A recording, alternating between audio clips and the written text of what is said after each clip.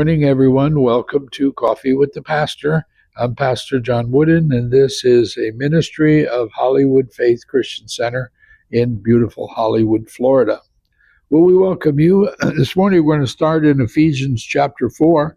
This I say, therefore, and testify in the Lord, that you should no longer walk as the rest of the Gentiles walk, which means the non-believers, in the futility of their mind, having their understanding darkened, being alienated from the life of God because of the ignorance that is in them, because of the blindness of their heart, who, being past feeling, have given themselves over to lewdness, to work all uncleanness with greediness.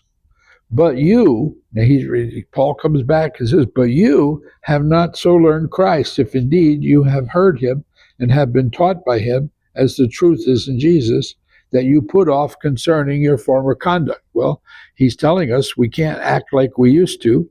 We can't hang around with the people probably that we used to, because it's not going to do us any good. Romans chapter 1 says, for although they knew God, they neither glorified him as God and nor gave thanks to him. Oh, there it is again, that thanks again. But their thinking became futile, and their foolish hearts were darkened. Although they claimed to be wise, they became fools, and exchanged the glory of the immortal God for images made to look like mortal man, and birds, and animals, and reptiles. Romans 8 says, for to be carnally minded is death. Carnally minded means of the flesh or in things of the world, but to be spiritually minded is life and peace, because the carnal mind is enmity against God. That means you're against God, for it is not subject to the law of God, nor indeed can be.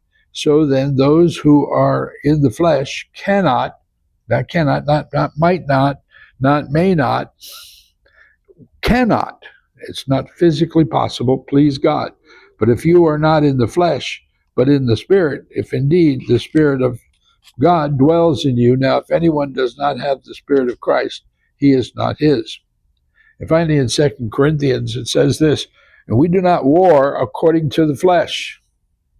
For though we walk in the flesh, we do not war according to the flesh.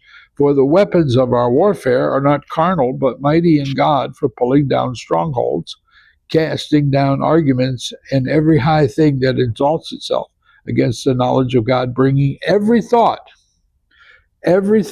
into captivity to the obedience of Christ, and being ready to punish all disobedience when your obedience is fulfilled. Taking every thought captive. Wow, that's a big load, but it can be done. God bless you. See you next time.